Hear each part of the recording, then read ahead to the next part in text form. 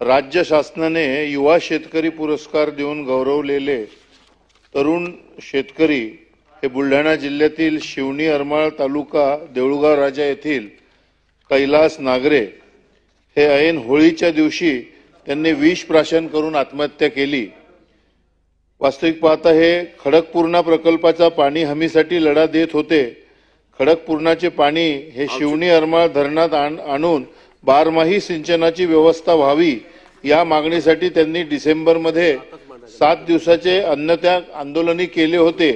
त्यानंतर 26 जानेवारी रोजी त्यांना पुन्हा उपोषणाचा इशारा दिला होता। आमच्या बुलढाणा जिल्ह्याचे पालकमंत्री मकरंद पाटील यांच्या आश्वासनानंतर उपोषण त्यांनी स्थगित केलं होतं, परंतु या मागणीकडे दुर्लक्ष झालं आणि त्यामुळे त्यांनी ऐन होळीच्या दिवशी विष प्राशन करून आत्महत्या केली आहे। तरी सरकारला मी विनंती करतो की याकडे लक्ष वेधण्यात यावे।